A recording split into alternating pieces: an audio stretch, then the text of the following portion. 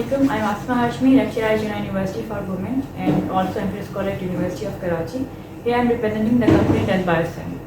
The biggest problem of the world, including Pakistan, is the shortage of healthy, clean drinking water. Whenever I visit the coastal area, the community over there asks nothing but the fresh water. And it was very sad to know that they travel as far as 10 to 11 kilometers to have fresh water. 46% of the population in Pakistan either have no or improper access of fresh water. Quickly increasing in the population and quickly decreasing in water availability below the scarcity limit, the problem is becoming alarming day by day. Our solution will address the UN SDG 6, it is Sustainable Solar State. Hybrid prototype has been prepared by using methyl chloride and glass material of 1 meter square. That could be yield 2.5 to 3.5 liter per meter square per day. That can fulfill the daily water requirement of a person.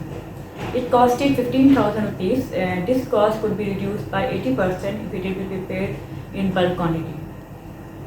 Further, we are planning to prepare fiber-based material prototype that could be costed 11,000 rupees.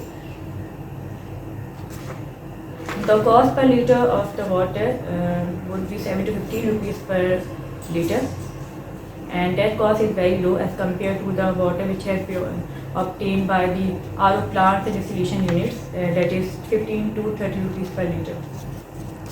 The prototype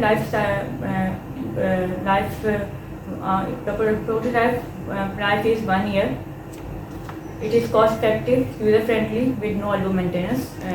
We would like to thank NIB for giving this opportunity to present our prototype. And in last, I just want to say that we are looking forward for the business partnership as both team members are academicians. Thank you so much.